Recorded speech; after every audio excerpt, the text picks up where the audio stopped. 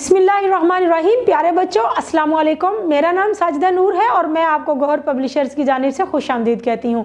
हमारा मोटो है redefining the geography of education through digital resources for conceptual learning. आज के इस वीडियो लेक्चर में हम गौहर निदाए उर्दू जमात मंजुम के सबक नंबर 18 मोहतरमा फातिमा जिना रहमतुल्लाह अलैह की बकिया रीडिंग करेंगे। तो आइए चलते हैं अपने सबक की जानिब। सफ़ा नंबर 123 पर हम शुरू करेंगे पैराग्राफ नंबर 2 से। सामिया, अबू ये वही शहर है जिसे आजकल मुंबई कहा जाता है। अबू, तुमने बिल्कुल दुरुस्त पहचाना। उस ज़माने में बम्बई एक बड़ा तालीमी, तिजारती और तहजीबी सकाफती मरकज़ था। लोग दूर दूर से वहाँ पर तालीम हासिल करने के लिए, तिजारत करने के लिए और मुख्तलिफ़ चीज़ों के लिए, मुख्तलिफ कामों के लिए वहाँ पर आया करते थे। मुल्क के मुख्तलिफ हिस्सों से लोग आकर वहाँ रहते और अपनी तालीम कर हासिल करते या कारोबार करते। फातिमा जिना रहमतुल्लाह अलैहा ने पहले कलकत्ता के एक डेंटल कॉलेज से अपनी तालीम मुकम्मल की और 1931 के बाद मुंबई मुंतकिल हो गई। वहाँ से मुंबई शिफ्ट हो गई, चली गई। कायदे आज़म रहमतुल्लाह अलैह जब मुस्लिम लीग के सदर बने तो उनकी मसरूफियात बहुत ज़्यादा हो गई, उनका काम बहुत ज़्यादा बढ़ गया। उन्हें मुल्क के तूलो अर्ज में सफ़र करना पड़ता, पूरे मुल्क में चारों तरफ घूमना पड़ता, जाना पड़ता, मुसलमान रहनुमाओं से मुलाकातें करना पड़ती और कई कई दिन तक घर से बाहर रहना पड़ता। इस सूरत हाल में मोहतरमा फातिमा जिना रहमतुल्लाह अलैहा अपने भाई के साथ कदम से कदम मिलाकर चल रही होती, उनके साथ साथ चल रही होती, उनके हर काम में उनका साथ दे रही होती। वो उनके खाने पीने,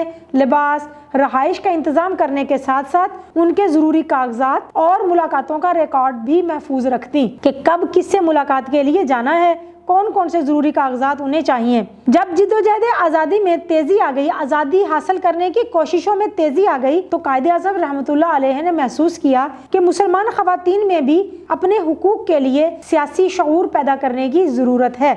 सियासी शऊर, सियासी समझ बूझ बेदार पैदा करने की ज़रूरत है। कायदे आज़म रहमतुल्लाह अलैह अच्छी तरह जानते थे कि आधी आबादी ख़वातीन पर मुश्तमिल है। अगर उनमें अपने हुकूक के लिए जिद्दोजहद का आगाज़ हो जाए, कोशिश का आगाज़ हो जाए, शुरू हो जाए, तो आज़ादी की मंजिल ज़्यादा करीब हो जाएगी। फातिमा जिना रहमतुल्लाह अलैहा मरीज़ों की देखभाल के अलावा अपने भाई की ज़रूरियात का ख्याल तो पहले ही रखती थी।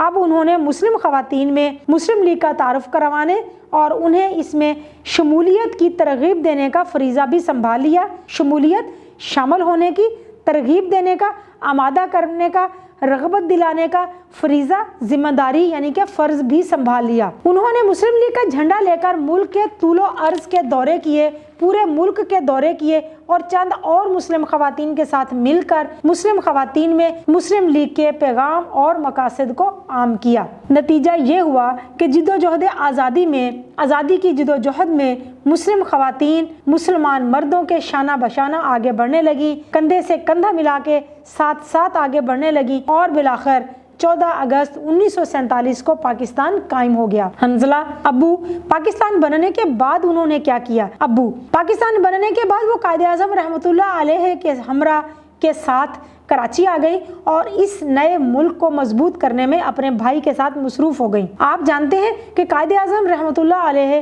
करीबन 1 साल बाद ही 11 सितंबर 1948 को खालिक हकीकी से जा मिले, अपने हकीकी खालिक यानी कि रब्बे ज़ुल जलाल से जा मिले। मगर मोहतरमा फातिमा जिना रहमतुल्लाह अलैहा ने खिदमत का काम जारी रखा। उन्होंने कराची में खातून पाकिस्तान स्कूल की बुनियाद रखी, जो बाद में खातून पाकिस्तान कॉलेज बन गया।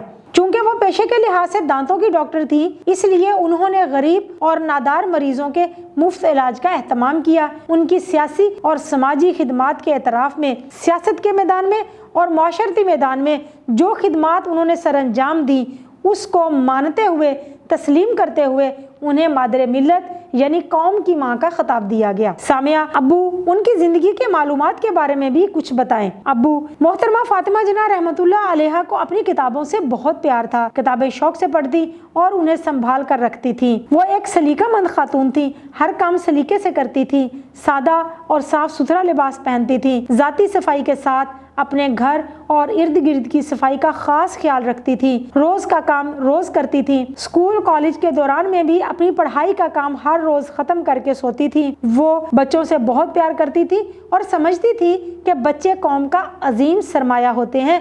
بہت بڑی دولت ہوتے ہیں۔ 25 جون 1949 کو بچوں کے نام ایک پیغام میں انہوں نے فرمایا، تم ہماری سب سے بڑی دولت ہو اور زندہ قوم کا عزیز ترین سرمایہ ہو، بہت پیارا سرمایہ ہو، بہت پیاری دولت ہو۔ اسکول میں ہو یا گھر پر، اطاعت اور نظم و ضبط کو اپنا شعار بناؤ۔ اطاعت کا مطلب حکم ماننا، نظم و ضبط قانون کے مطابق کام کرنا، شعار کا مطلب ہے طریقہ۔ وقت کی قدر کرو، تعلیم اور کھیل کود کے ساتھ ساتھ مطالعے کی بھی عادت ڈالو۔ آپ رحمۃ اللہ علیہ 9 جولائی 1967 کو ہم سے ہمیشہ ہمیشہ کے لیے جدا ہو گئیں۔ آپ رحمۃ اللہ علیہ کی قبر کراچی میں مزار قائد اعظم رحمۃ اللہ علیہ کے احاطے میں ہے، صحن میں ہے، جہاں بے شمار لوگ آ کر فاتحہ خوانی کرتے ہیں۔ اپنی خدمات کی وجہ سے ان کی یاد ہمیشہ ہمارے دلوں میں زندہ رہے گی۔ پیارے بچوں، امید ہے متن کا مفہوم آپ کو بہت اچھی طرح سے سمجھ میں آ گیا ہوگا اور محترمہ فاطمہ جناح کے بارے میں آپ کو بہت اچھی معلومات ملی ہوں گی۔